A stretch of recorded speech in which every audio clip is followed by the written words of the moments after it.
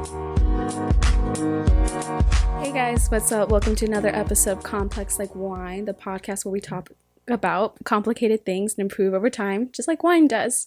This week we have Doris, and I'm excited to have her on. Before we get into our conversation this week, I'm going to, of course, talk about this week's wine. So if you're watching on YouTube, I'm holding the bottle up. And this is by Odin Chatan. It's a Mendocino Memento 2019. So Odin's Plush Red Blend is a refined, robust melody of tart, brambly, raspberry, and ripe blueberry with a backdrop of earthiness and a light, soft pinch of toasty spice thanks to 11 months of aging in French oak barrels. Odin mixed Syrah, Petite Syrah, and a bit of Grenache from high-end vineyards spread throughout Mendocino, and she set out to capture the wide cast of flavors these impeccable grapes can offer from the region's unique microclimates and bring them all together into one exquisite red blend. And so a little bit about the winemaker's bio. She's a California native raised in Marin County, and Odin spent many childhood summer breaks in a wine country and fell in love with the region at a young age while attending Cal Poly in San Luis Obispo. She discovered viticulture and was the start of her life in wine. She defines herself as a no-nonsense, no-gimmick winemaker. She says, "I'm in love with the industry, but not foolishly so." And she believes in affordable luxury and value for money and tapping into a collective psyche. And so, yep, here we have, it's a red for anyone curious. And what are you drinking? Drinking a Barefoot Moscato that I bought maybe 2 weeks ago and I haven't finished. So it will taste good, but here we go. Cheers. Still good. Still good? Wine stoppers. Are you more of a white wine type of person or red? I tend to prefer white wines just because you can drink them even without food, but like red wines are a little too rich for me. So it's like if I need something to like offset it, like I need another taste. So I'm not just like Yeah, I can understand that. I personally love reds, but they're kind of more heavy than whites. Awesome. Well, do you want to introduce yourself, what you do, and can you talk about how we met? So my name is Doris. I'm not really anybody like, but I'd like to think that I do pretty well for myself. I'm pretty happy with where I am. I live in San Diego. I'm from North County, San Diego. I know people let me say I'm from San Diego. But yeah, I've just been kind of all over. I've lived in San Francisco. I've lived in LA. I've lived all over California. So I'm from California. And then I met Zyra like at a desert event, and it was just so random. What was the first time we met at? I didn't meet you there. I met you at a Tiki bar. Event. It felt like a desert event. I was in the back patio of it. Super fun. We started talking about like random things. I think we were talking about books. We were mostly talking about you hyping your friend up and her art. So we were talking about books. Yeah. Yeah, and then we followed each other, and then I saw you again at the desert event this last weekend, and that's when we were talking about your podcast. And I was like, oh, yeah, it sounds cool. So what would you want to talk about today? Because I know when we met up last week, you're talking about there's a lot of things that you've experienced with mental health and things that you can share. So this is all open floor, whatever you want to speak. Yeah, I mean, I'd say my experience with mental illness is that I am very mentally unwell. At least, I mean, I guess we all are in some way, but I've gone through like a lot of things that I've had to like overcome, like, which is why I'm happy with where I am. Like, I feel like I've been done pretty well for myself. I like, like they tell you never to like stop going to school because you'll never go back. That was like me. I stopped going to school, and then I always like felt like, oh, I want to go back. And now I'm like in my senior year at SDSU, and I'm just like, I did it, dude. Like I went back. Right, you just finished. Or yeah, I just finished my junior semester, like my last junior semester. But now going into senior year, and I'm just like, I'm done. I'm almost done. I know that I'm not going to quit again. So I'm just like, yes, like, hell yeah. Um, and one of those things that I had to overcome a lot was like anxiety and social anxiety and just like deep unsettling panic attacks to the point where I just wouldn't leave my house. And so I'd never go to class because I just like pacing my room like I can't get out of here. And so like to come from that to just being like just get it done. Just like put on your clothes and just go and just do it. Like who cares? I know like not a lot of people can say that, and it's like it's impossible to just say like just do that, just get to that point. But I don't know. For me, it was something that I really needed to do, and so I found a way to do it. That's really good that you were able to find that because not everybody's able to. And I suffer from anxiety too. So, especially in high school and part of college, I would miss class or I would have to step out of class because I was having an anxiety attack in the middle of it. And so I had to get to the point where I had to tell teachers, like, I'm suffering with this, I need help. And so thankfully, they were really understanding if I needed to step out of class and kind of deal with it. At the desert event, I had one. I had to like chill in the car for a little bit and just kind of like deep breath and everything. But Mean, it still hits us at anywhere, but it's just like to be able to look at the things that you get to do now. Like you're hosting a whole podcast, and with anxiety, like girl. it's funny because the first few episodes, I would get so anxious about, okay, when I gotta talk to people about personal stuff and then post it online for people to listen. And so the like in between of getting feedback from people and posting it and everything every week, I'm always like, oh God, I don't know if this is a mistake. Should I be doing this and all that stuff? Yeah. I mean, props to you because I don't know if I could actually do something like that, but I mean, when it's something like this that it feels important, I guess it kind of feels like you're doing it for yourself in a sense too. Like Mm. you need to do to be able to keep living with things like this. Like, Oh, definitely. Yeah. I think, well, it's one of the surprising things I didn't realize when starting the podcast is how cathartic it is for me too. And for people that have been on it, where they'll tell me later, like, this was really helpful, felt cathartic. I'm glad I was able to talk about this. And getting messages from people saying, it's nice that this conversation's happening, or thank you for having a really open platform.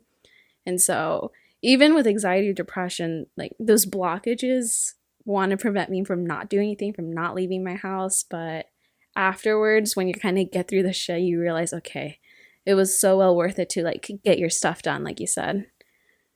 yeah, exactly. And I feel the same way too. Like, I'm a big internet person. I know like people will tell you like the internet's not that good, or like it's harmful to keep looking at these things. But I feel like a lot of times I find things that help me, or like the when you find the things that help you, that they stick with you, or like watching podcasts that'll help you, like stuff like that, I feel like it can do some good. um and actually one of the things I was thinking about today is like, apart from like just the normal anxiety and social anxiety that I have, body dysmorphia as well, which was one of the things that would keep me from ever leaving my house. Like I would get so anxious that I just didn't feel comfortable in my own skin. Like you putting clothes on and you just want to rip your skin off because you're like, can't even wear this. Mm-hmm. And I read this post once. It was like, pretty's not the tax you pay to live in the world. And I just thought that was so like, wow, that's my anxiety, is that I don't feel pretty. It's not even that I don't feel like I can like, because I don't need to be pretty to go like wash my clothes at the laundromat, you know, like I don't need to be pretty to go to the grocery store. But why do I feel like that I can't leave my house unless I look good? Like that was like something I was doing today because I'm like, I had to go do a bunch of errands, and it's like, fuck, I don't want to leave. Really, I'm like, you know what? Like I feel good. Feeling good is okay. You know, I feel like we have to get to an okay place. I think with, at least for me personally, I know for other people too that I've talked to, when you're not okay, you need to get to the okay place or you need to feel better, it can be really intimidating because you feel that you have to do everything in one step. And once you're there, like you can't go back. But with mental health, it fluctuates so much. And what's helped me, especially with going to therapy now, is you don't have to take care of everything at once. You can do baby steps. Like knock off one thing at the list, and then you're eventually gonna get to a place where you're okay. Yeah. Having energy within your own space, I think has helped me as well. Like you said, like doing one thing at a time. Telling myself it's okay to do nothing too, like that I'm not gonna be a complete failure if today I don't go pick up my dry cleaning. Like I can do Mm. it. It's okay. Maybe today your body doesn't feel like being perceived. I guess. Like Mm-hmm. I feel like it helps my mental health as well to be able to tell myself like just chill. Like you don't have crazy responsibilities today. It's not a priority. Like relax. I'm glad you brought that up because that was literally me yesterday. Because I was this whole past week in Seattle, exploring Washington, came straight to the desert, and I think being at the airport made me so anxious that I had my anxiety at the desert. And so yesterday was finally the day of like, I don't have to talk to anybody. I can be by myself. I'll do my nails. I'm just going to read, like do some me time, like recuperate. And like you said, it's totally okay to have a day. Like you're not a failure. You're not unproductive. Like sometimes you need a day to just kind of decompress and chill.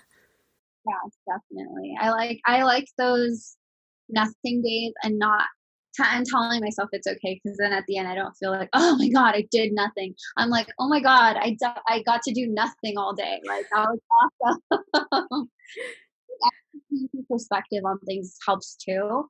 Um, which I've told one of my friends about before too. Like one of the things I used to do to help me with my anxiety in high school because it was probably at its peak when I was like in college. I lived in Long Beach and that was like my peak of my anxiety. It was awful. That's when I would pace around my room. But in high school, like you don't get to go to class at that time because, or I didn't because my aunt was super strict. Like she was watching me and there was no option for me not to go to school. um, and so I would run every day, like every day or every other day I would run because it would help. Like, and I liked doing it at that point. And then if to go just this year, I tried to start running again to help anxiety because it's got really bad. And I had previously been on Prozac, and I was like, I don't like that. I don't want to try that again.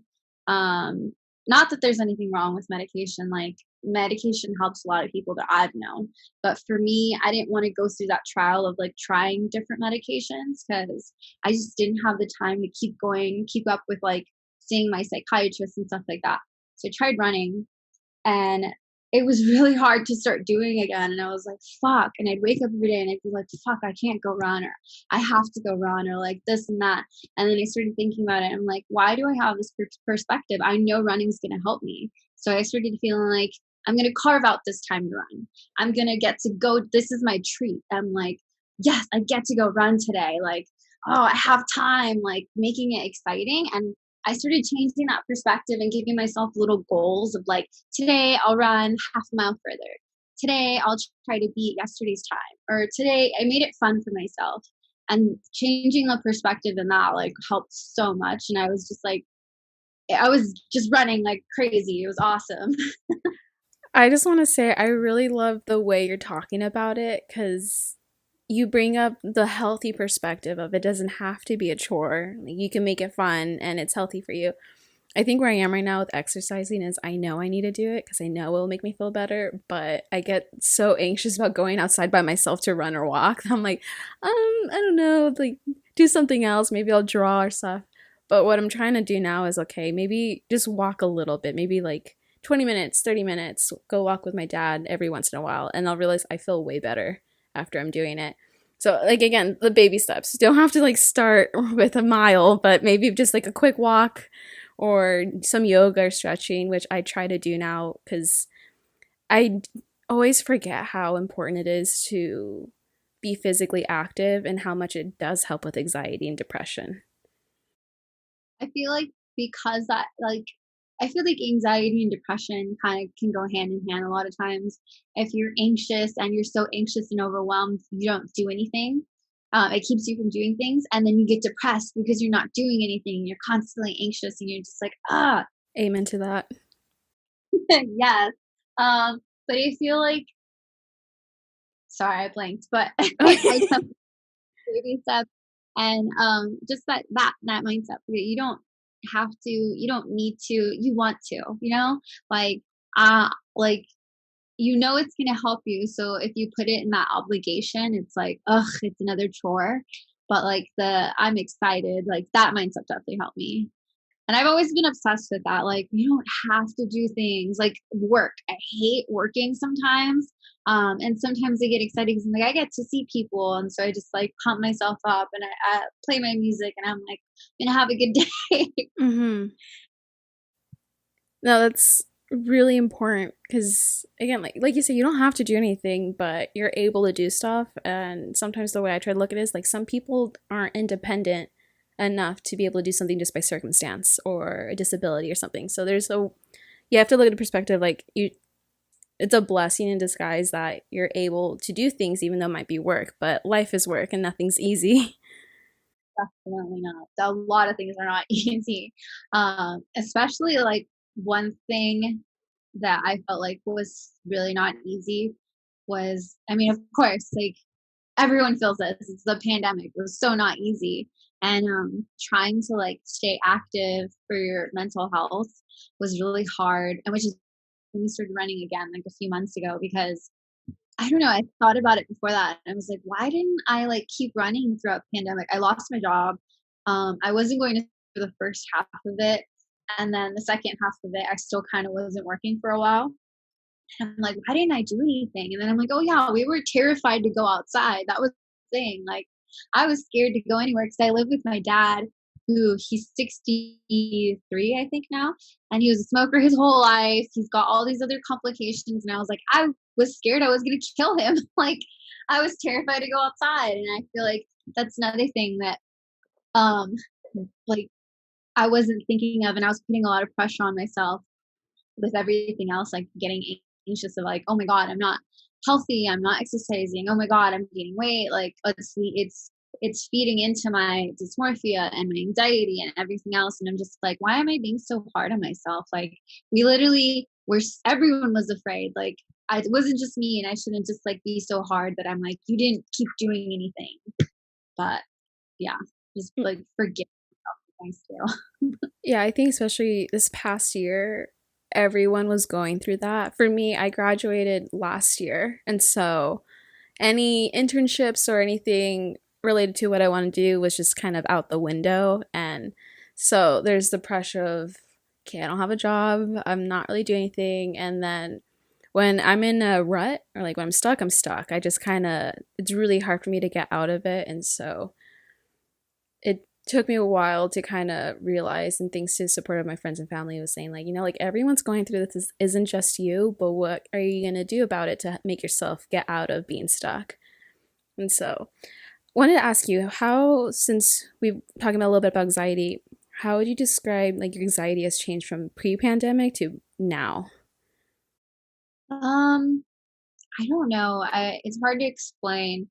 I feel like I started to revert back a little bit into the anxiety I used to have, where I was terrified to leave my house, even beyond just like the pandemic of like COVID, because now my dad's vaccinated, and some days I'm like running around my room because I'm just like, I'm gonna see so many people today, and I just feel so like anxious, and like I start feeling that kind of like that pressure of like breathing and stuff like that.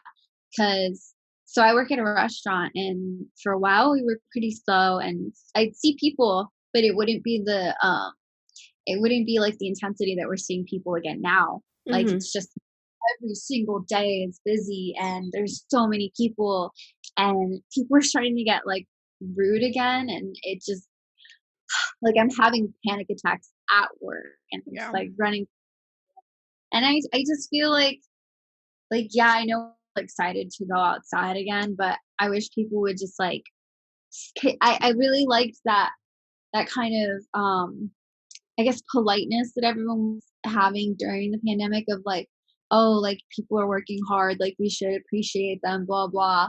And like now it's like it. it's like, oh, it's pre-pandemic again, like we don't have to be nice anymore. And I'm just like,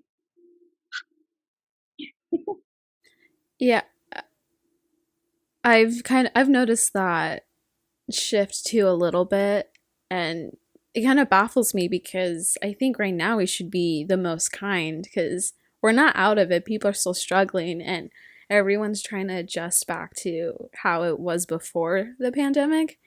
And so seeing more people like being rude or kind of less courteous or considerate to people that are working hard or still trying to provide, like especially with like the food industry. I used to be a waitress too, and it always like baffles my mind people kind of treat people that they're slaves or kind of in a lower positions, like we're handling your food, or we're like you're able to get a service because of the people working it. And so it's kind of just people need to like learn how to respect people. It doesn't matter what position or where you come from or what area. it's like everyone started out somewhere, and I hate when people look at you because you're serving their food and they work a corporate job or whatever. I'm just like, where did you work out when you first started out? You didn't work out where you're at now is not where you started. And if that's where you started and you never had to struggle for anything in your life, good for you. But like, come on, like be self aware, you know? Mm-hmm. Yeah. Yeah. But To kind of jump back to the anxiety thing too, for me personally, I noticed kind of a big shift in mine because before I never really thought I suffered with social anxiety. It would just kind of come and go by itself, just really spontaneous. And then now I've noticed, oh, bless you. I'm, I definitely am suffering more with the social anxiety. And that's right now where I'm like trying to figure out how to deal with it since I've never had really much practice with it before. Like the desert, even going to Washington this past week, just being with a lot of people, I'm so emotionally burnt out at the end of the day. I'm like, I need my alone time. it has to do with that calmness because it's like, yeah, as much as like being inside like watching did kind of suck. I kind of noticed a calmness that I was feeling of like every day, like knowing that anytime I had to see a person when I didn't have a job was like it was non-interactions, and so it just felt quiet in my head for a while, and it felt kind of nice. It does get overwhelming sometimes, just like being constantly like in the quiet, but I did notice that, especially like hanging out with friends is one thing, but going to events like that or like going traveling or going to like bigger areas with more people, you don't get that much of an option of like the interactions you get with people. It's just kind of like you get what you yeah, you get what people give, and a lot of times it can be not nice interactions, and I feel like that's the anxiety that I get to, like just that, like, you never know the negative interaction you're gonna get, or like it's just too many reactions and it's overwhelming. Um, I definitely agree. Mm-hmm. If you're comfortable with sharing, could you describe how your anxiety feels for you? Because I know it's a little bit different for everybody. So I was just kind of curious to see, like, for you, how does it affect you? Um, I guess it's hard to explain because, or well, it's not hard to explain, but it's like I get different kinds of anxiety. Mm-hmm. Um, like the anxiety where I literally can't think, and I am walking in circles, or I am in circles in my head, and I try to say something to keep myself grounded, or it's almost like a disassociative feeling where I am just not even there anymore because I'm so anxious and overwhelmed. Like I can't focus, or the kind of anxious where I just start crying. I just can't breathe. You're, and that's like more of like a panic attack for me. And it's like your chest is swelling. So it's like a balloon's popping in my chest, so big. Um, yeah. Yeah, the desert one was the one where I started crying. I was like just in the car, like, okay, this is fine. Like, I'm all right. For me, my stomach is the first thing to go. It'll just feel like it's flipped upside down and trying to like be digest food well for the next week is just terrible. I'll get kind of sweaty, or I'll feel my heart just like beating really fast, and it feels like someone's just stepping on me. I can't breathe that well. And the not thinking properly, intrusive thoughts. I'll sometimes get really grumpy as it's happening, and I won't know I'm grumpy until I'm in the middle of it. And I'm like, okay, I'm not in a good mood. This is why. All right. And I've I've kind of learned the triggers or cues of my body's like not feeling good, and then I try to like you say, like ground yourself, either like say, like have a conversation with myself, or what my therapist taught me is like listing things from all your five senses to kind of just help you realize like you're in the present. That one's helped me a lot. I notice a lot of times when I'm like getting ready for work, I'll have anxiety in the shower, and I'll just stare at the shower wall and just be like, I'm here in the shower. And that helps. I like that grounding technique, the five senses. What can I smell? What can I see? What can I hear? What can I feel? Like it really does help. Another thing that I just noticed, or I didn't just notice, but I know that I have a lot of issue with is like I'll pick the skin off of my nails, Mm. and sometimes it's not nice because I work in food service. So if I'm really anxious and I'm picking my nails and I just start bleeding, I can't serve anymore. So I'm just like, I'll have to wear gloves or something for the rest of the night. And that one's another not good one. I used to bite my nails though, so that was worse than it. And I don't do that anymore. So I think the new type of anxiety I started maybe within the past few months is waking up anxious. Like, oh yeah. yeah, like, and for me, those I think are the worst, because then the whole day I feel that way, or kind of just wake up from a panic. And I don't know if it's like waking up from a nightmare or something, or just the idea of my body starting to like get ready for the day already puts me in so much stress. Yeah, I definitely see you there. But do you never remember like if you wake up from a nightmare or not? So the nightmares I usually have are like in the middle of the night. I'll always remember my nightmares, because for me, I can't control my dreams. Once I'm in it, like I'm watching a movie, like whatever happens, happens. But when I'm like waking up in the morning, I have no idea. That I don't think so. It's just kind of so weird. That's the new one for me. I started having anxiety in high school, and I would have a bunch of little ones multiple times every day. And as I kind of transitioned to college, it would be maybe every few months, but it would be one big one that would last a week. And so I think the surprising thing for me I've learned the past few years is there's a lot of different types of anxiety episodes you can get. I didn't know that. I'm like, I mean, I have different feelings of anxiety, but I know that was just like a thing that there's just different anxious episodes. Yeah, I don't know. I don't know if this is like a whole scientific thing. Nobody quote me on that. I just know for me personally, I've had different types as I've gotten older. Um, but I like I'll have different anxious like episodes as well, or like there's different things that'll trigger my anxiety. Like, oh my god, trying stuff on, especially if I feel like uncomfortable.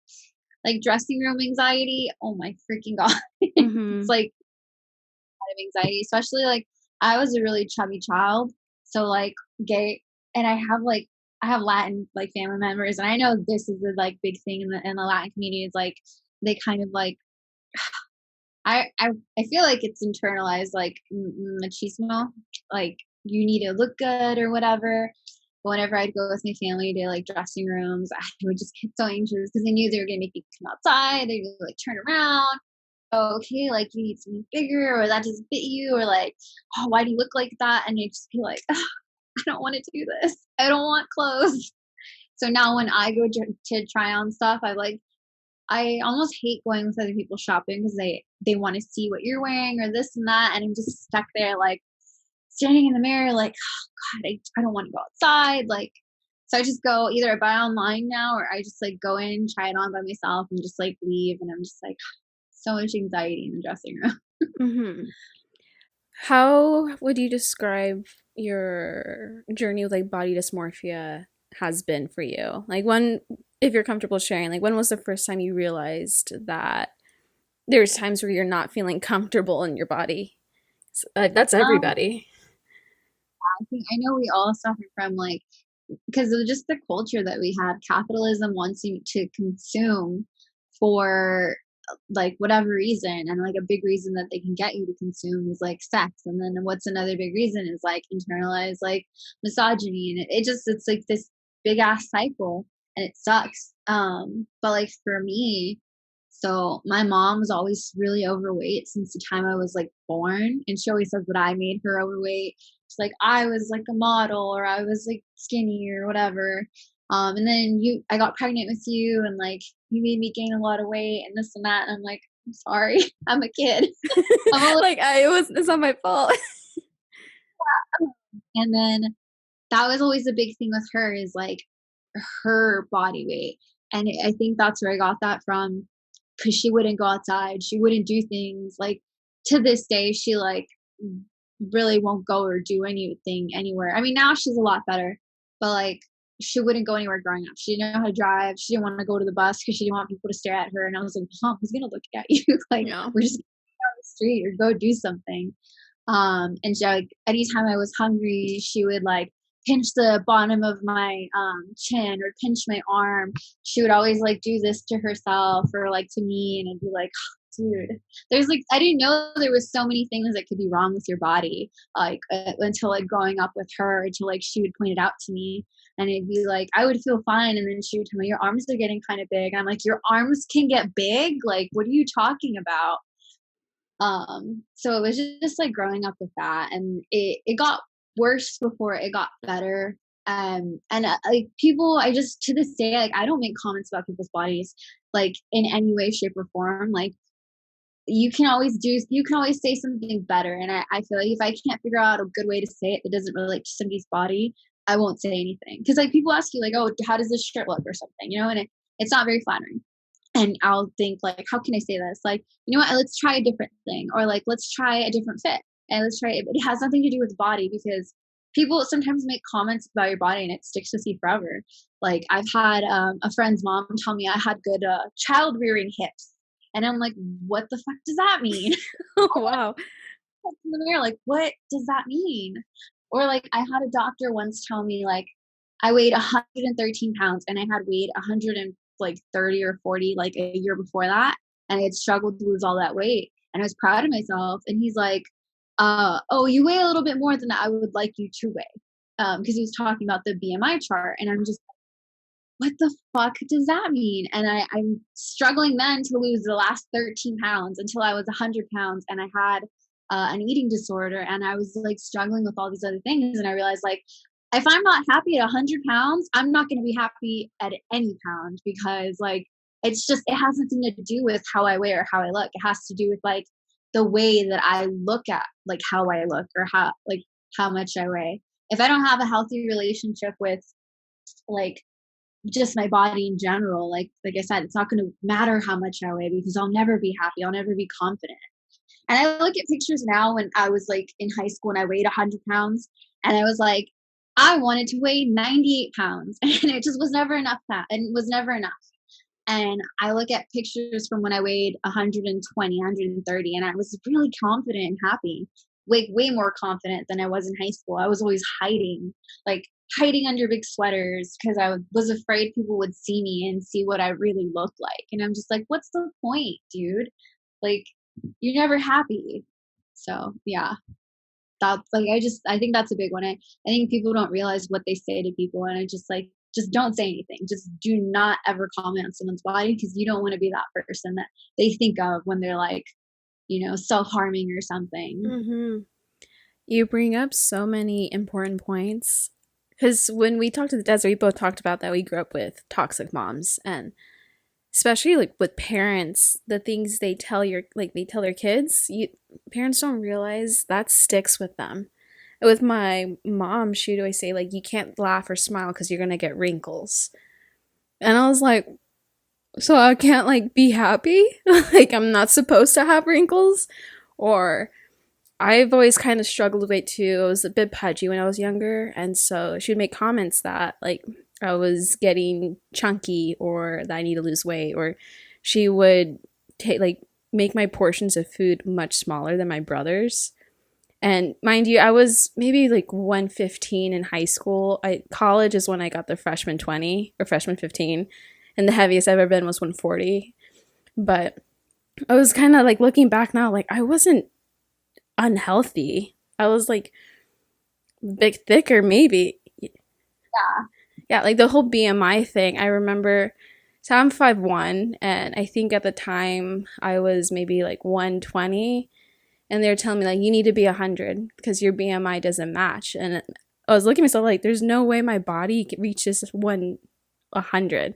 I think the lowest I've been the past few years was 119, and I look at pictures then, I'm like, well, I look really thin compared to what I'm normally at.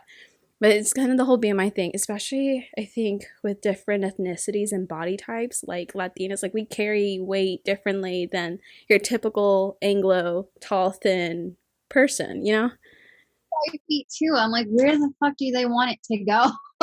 Like, I don't know. Another thing is like I've always had like a bigger back. I've always had a bigger butt. And so like growing up that was the comment people would always make. Oh, like look at her like bubble butt, or like they would like poke at, or like my mom would say things, or like even now sometimes my dad and my stepmom would be like, oh my god, like your butt, it's so big. And I'm just like, I'm grabbing water from the fridge. I just want to get water and go.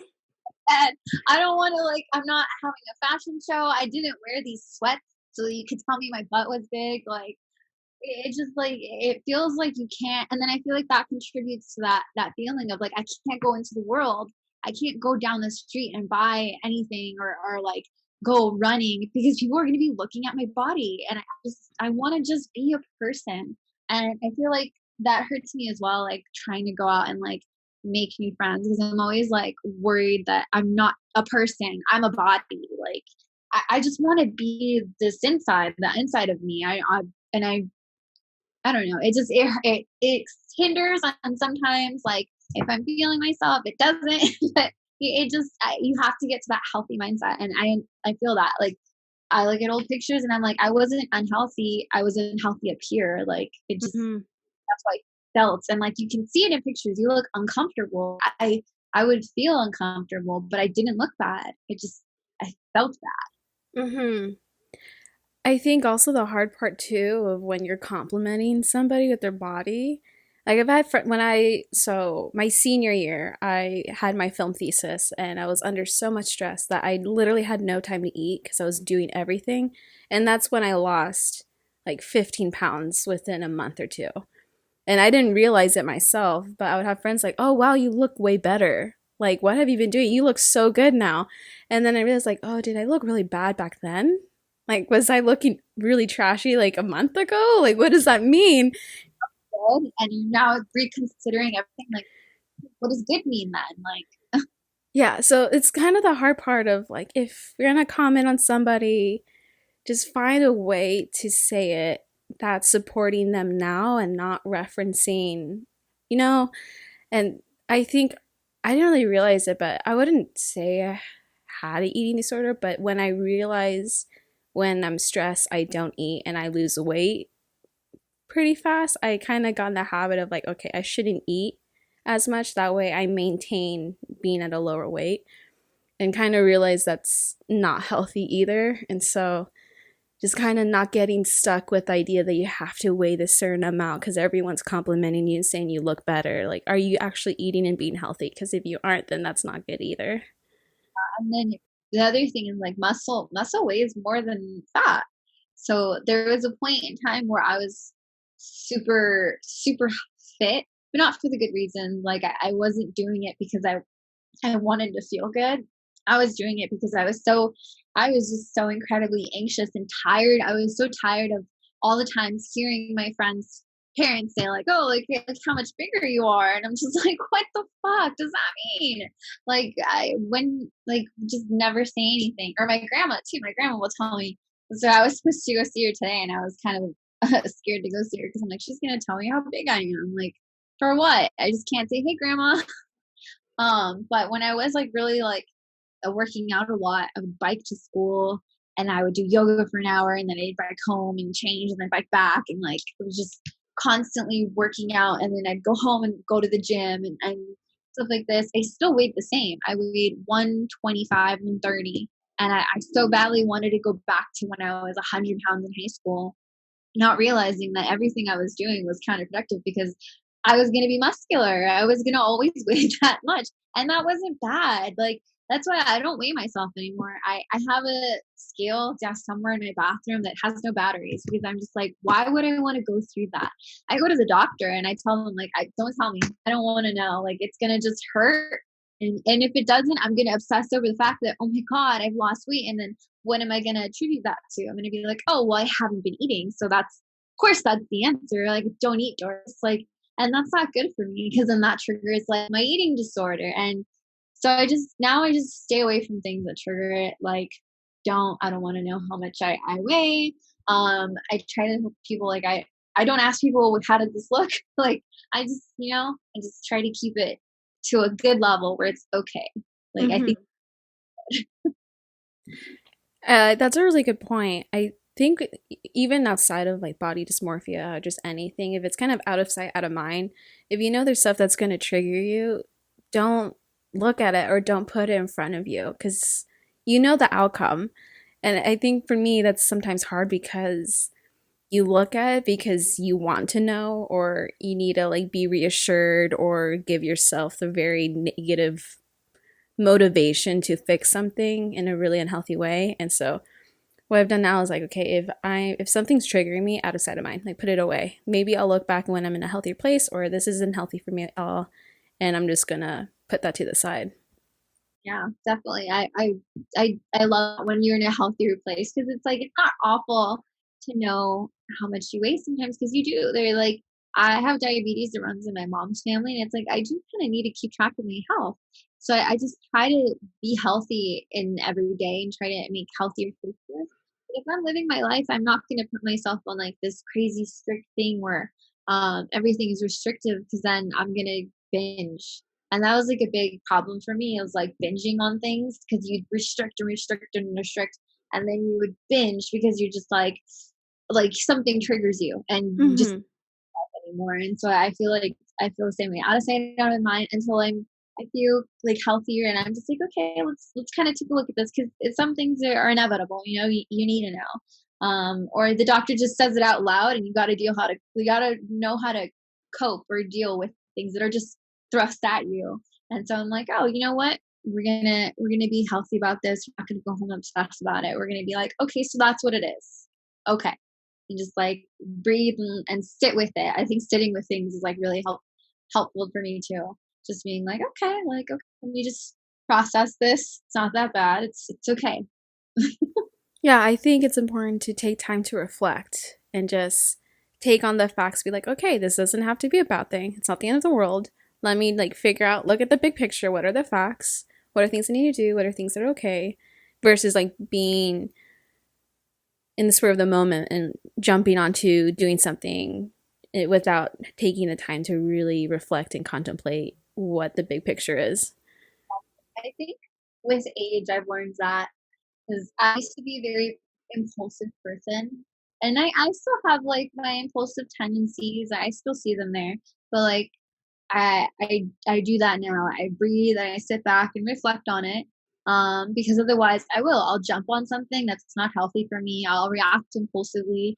And then I find myself like further down the road of something that wasn't that bad to begin with. And now it's really bad. And I'm just like, but I feel like it's that I don't know. I feel like it's that want to kind of make things worse so that you can really. And I feel like it has to do with stigma of like if people tell you like it's in your head, it's not that bad. So if I make things really bad, then I can sit there and be like, oh my god, everything's really bad. But I do like reflect. Like we do have to reflect on things, otherwise we react way too negatively. What are some coping strategies or things you do when you're not in a very healthy space, or you're being self-aware and realize, okay, I'm not in a good place. What do I need to do to be healthier? What are things that you do? Um, No, working out is one of them. um, I'll run, or I'll just try to sit outside. I have a patio, and so I'll just sit in the sun. The sun really helps. I feel like I'm definitely one of those people who have the seasonal affective disorder. I get really sad when the sun's not out. Uh, so sitting in the sun, sitting outside, listening to nothing, like listening to birds chirping. Oh my God, that just like it calms you. And I think that's one of the big things I love about running is like the nothing in your head. So you're not fixating, because I will fixate on things, or I'll get in my car and I'll drive around, listen to music. Like that helps a lot. Um, I'll put on music and I'll clean my room and I'll dance. Like I'll end up dancing. And I did that the other day, and I was super stressed with finals, and that's something that triggers my anxiety a lot, because I was one of those kids who was like always being told I was super smart and super this, super that, and then you grow up and you're like, this is average. This is what you true thing. Like it's just everyone's like this, so you're not special. And like and I'll get super anxious if I feel like I'm not as good as I think I am, I guess, or as smart as I think I am. If I'm struggling even a little bit, I'll get stoned. Um, and so I put on music, and I just decided to dance, and I was just like jumping up and down in my room myself, and I start to feel really good, and I start to feel like it feels like I'm like a thermometer, or like something, and I'm like the pressure is building up so high, and I'm like super hot, and I'm about to freaking explode. And then I put the music down, and I put the music on, and I start to dance, and I start to cool down and like kind of mellow out. I'm not gonna just the pressure is like not building anymore. It's just like there, and I'm just like I feel okay again. So yeah, I definitely think music helps. I think being by yourself can help a lot. And then there's sometimes where you shouldn't. Like, if I get way too stressed where something's like, I know I'm gonna just do something impulsive, I'll just call my friends. Like, I'll call a friend that like I know will always be there for me, and like she'll pick up the phone and be like, "Hey, like yeah, like what's up? Let's talk about it." And I'll let them know. And I feel like another thing about that is like letting your friends know what it is you want in that moment, because sometimes if you're just constantly calling and complaining, it can be draining on the other person, because they're not a licensed therapist, they didn't sign up for this. If you call them like, hey, I just kind of want to talk about this, like can I vent to you, and they say yeah, there you go, like that you it's consensual. Because other people, you got to think about what they're going through, and they may be going through something really anxiety, they may be anxiety prone, they may be going through something that's triggering, or what you have may be triggering to them. So you could just unleash whatever you were feeling on them if you don't like ask them first. So I'll ask my friends, but definitely this is some of the things I do to cope. I think being outside helps a lot too. Hmm. I want to jump back to the whole consent thing of venting to friends. But for me, what I've noticed thanks to quarantine is anything creative. So if I'm painting, if I'm drawing, mixing music, listening to music, I realize, okay, that puts me in a better space where my creativity, my mind can just flow. I'm not fixated on a negative thing. I got plants recently, and so it's been really fun for me to just like watch them grow and been therapeutic. They're like my little babies now. Going in nature and hiking. This past week being in Washington, it blew my mind how in the morning or at night I'd be so tired and just kind of didn't want to be outside with people. But the moment I was in a national park or a trail, I would just feel so much better, because just being in nature and being able to kind of absorb everything just made me feel so grounded and that calm.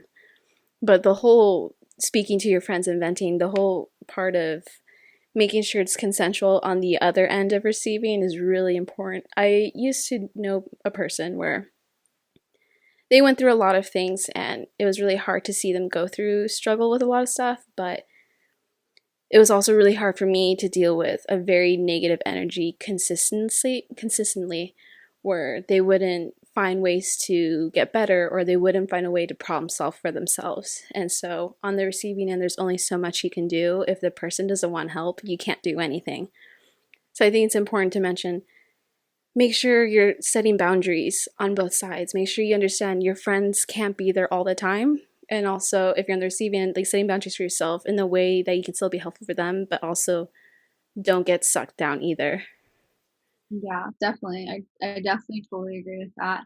And it's so funny that I actually was the type of person who was that friend who would always need someone there because I had so many problems that I wasn't dealing with myself. And I just started to realize one of my actually really good friends, Miranda, you know her, Yeah. a few years ago, I relied on her way too heavily.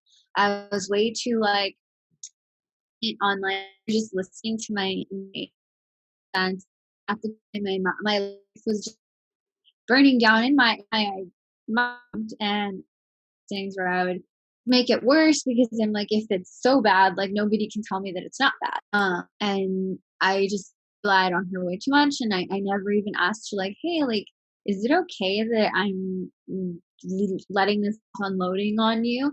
And so one day finally was just like, I can't sit here, Doris. I can't sit here and watch you do this to yourself and to have you tell me that it's not that bad, or like I would make jokes about it and be like, "Oh, I was going through like an episode. It's not me anymore." And she's like, "It is you though. Like you're doing things to hurt your friends and you're not owning up to it. Like, dude, that's not cool." And I think setting boundaries is okay, even if you hurt the other person for a little while, because I was really hurt. I didn't want to admit that she was right, that I was a bad person, and I was making problems for myself as well. Until finally, I started do it being healthier with my mindset and like being good to myself and like working through all that and realizing like, oh my god, she was right. I was a bitch. Like I need to ask my friends, are they okay with this? And I need to set boundaries too if I feel like friends are taking advantage. And so I think, yeah, you're right. So setting boundaries doesn't matter on either side. You have to be self-aware and you have to set boundaries because you're going to either hurt your friends, and sometimes friends don't come back. Like I was lucky enough, Miranda's a really great friend of mine. I was lucky enough, we've had such a long friendship that I apologized and she forgave me. But some friends won't come back. And so like people won't realize that. And that's okay. They don't want to come back. That's their decision and you got to live with that. You just can't like, people don't owe you anything. That's a really important point to make. What would be some advice you'd give to people listening of when it comes to being self-aware? What would be some advice you give to them of like how to get there, or like little things they can do to be more self-aware about themselves, other people, or just in general? Honestly, listen, because people will tell you. Like, people were always telling me in like little ways, and I wasn't listening, or their body language or something. And I'm one of those people that are kind of very self-aware in like some ways, where like I'm very anxious in my head. Like, oh my god, what did I say? Like, why did I say it like that? How are they going to take it? But I would say listen a lot more than you're like putting out, because sometimes we just put out nonsense. Sometimes, especially if we're anxious, we want to fill the air with something because we can't handle nothing or whatever. But listen, because people will tell you if you give them the chance to. And people are always telling you. People are telling you how they feel about you. Like if you feel like they're acting weird, they are, because you're not being self-aware, or maybe there's something going on with them that has nothing to do. And sometimes things have nothing to do with you. And that was another big thing that I had to learn. It's like sometimes this is not about you. Like just listen and like take a step back and like, hey, are you okay? Or like am I being an okay friend? Or yeah, just listen. I love that. I think that's really, like, you nailed it on the head. I think that's so important. What I've kind of noticed, or this past few months, I've realized what's kind of helped me be self aware of emotions. I used to think I was really good at hiding my emotions. I thought I was so stellar at it until I realized I'm absolute trash at it. Everyone knows what I'm thinking and feeling immediately. Like my face tells it all. And I was so shocked when my family told me. I was like, wait, are you serious? I thought I was so good at it. And so now, if I'm thinking of something, what's kind of helped me being self aware is everyone knows what you're thinking. So figure out what you're thinking, how you're feeling, and then also realizing what are your needs and to tell people what your needs are, like you said. That way they know and it's up to them whether they're there to they can help you or not. I feel like that's another big one. It's like before you get mad at people for like not fulfilling your needs, do you know what you want? Because sometimes we don't know what we want, and there's just becomes that level tension of frustration and anxiety of like why aren't they reacting, or like what did I do that's giving them like that it's giving them this vibe or energy, and that like you don't even know what it is that you want. Is it that you want them to actually react in a certain way, or like that people are reacting to you, or this or that? But it's like, do you even know how you feel? Do you even know like what it is you want, what you need? Like that's a big one. I think that's really important. I think with therapy, because I started this year, and so that's been one of the things that's really helped me a lot is realizing, okay, what are your needs, and telling people what they are, because no one can help you if you don't even know what you need. They cannot. Vocalize it. Like a lot of people, like we're saying, like a lot of people aren't self-aware, and so in being self-aware, that you get that also awareness of other people, and like emotion or body language, because you're like your family is right. A lot of us do tell like the way we're feeling by our body language or our facial features, and if you read people, if you listen, you'll kind of sense something, if something's different or off, if you know them well enough. And the other thing is, like, if you're sitting there brooding, or you're sitting there and you're unhappy or you're anxious and you don't tell people, how are they supposed to help you? Because what they're going to do is they're going to sit there and try to figure it out. And what they might end up feeling is like, oh my God, I did something to this person. Mm-hmm. How you're feeling either. It's not going to help anyone. That's a big thing of therapy that I've learned from my time in therapy, is like telling my therapist how I feel about my family, and yeah, and she's like, well, do they know? And I'm like, of course not. Like, tell them anything. That's funny. My boyfriend's actually helped me a lot with this of speaking up, because he'll tell me like what's wrong, and I'll be like, I'll just be quiet, because one, I'm in anxious mode and I shut down when I'm messed up. I shut down. I like detach from everything. And so I just wouldn't tell him what's wrong, and it'd frustrate him because he's like, I really don't know how to help you if you're not speaking to me.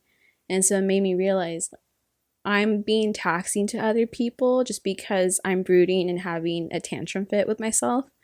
And so, like you said, it's healthy for you and people to speak up and like, state your needs and vocalize and communicate. And right now, that's one of the things I'm really working hard to start doing. Like if I'm not happy or something's upsetting, now I say it, and it just helps you feel so much better too. Like you're getting off your chest, and that stress, you're not holding in onto it anymore. It's like what we talked about earlier with like, you don't need to, or you don't have to. You should want to tell people, because in the end, you know it's going to make you feel better. It's a difference between holding it in for an hour and feeling like that for an hour, or you feel it and you maybe wait till the right time until you feel like you're okay to say it. Because sometimes we can't say it immediately. Sometimes it's hard. But if you're just stubborn and you just keep it in, and like you just keep waiting with that feeling, you're gonna keep feeling like that. It doesn't mean, like, one thing I've had to struggle with is like with keeping that feeling in. I'll sometimes, because if I'm feeling it in spite of another person, or because of another person, I'll keep it in because I'm just like, oh, like they don't deserve to know how I feel, but that doesn't make any sense. Like this, but then you can tell someone, and usually like almost all the time these things get resolved like within with a conversation. This thing will be resolved with a conversation, and you'll feel better. And would you rather sit like that for an hour, or would you rather just tell somebody and like have it be less time? Mm-hmm.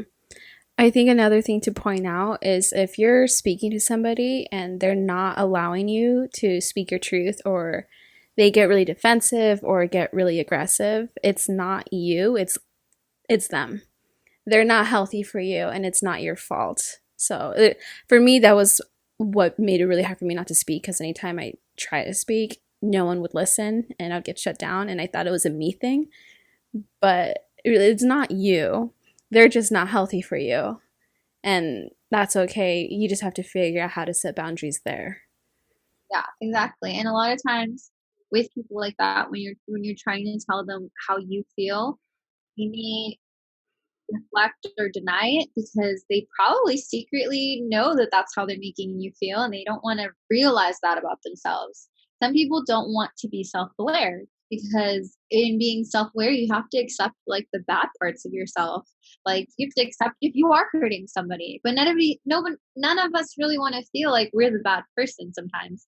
And in some situations, some people are like, if they're not letting you talk, if they're like making you feel bad, and then you try to tell them that, of course they're going to be like, well, no, that's not true, or that's just you, because they don't want to be self-aware and accept like, oh shit, like I am being a bad person right now. I went through the same thing. Like I said, you have, at some point you have to accept truth just in its form, because there you'll come back from it and you'll step away and you realize like, I did bad things, but it doesn't have to make me a bad person. And or I wasn't self-aware, but it doesn't just naturally mean I'm a bad person. You can do the work. You can get better at it. You can become more self-aware. You can learn to let people talk. You can and then you can, like you said, some people just won't. So you can set those boundaries and it's okay. Mm-hmm. Exactly. I agree. Is there anything else you want to share with listeners? Any last minute advice or anything?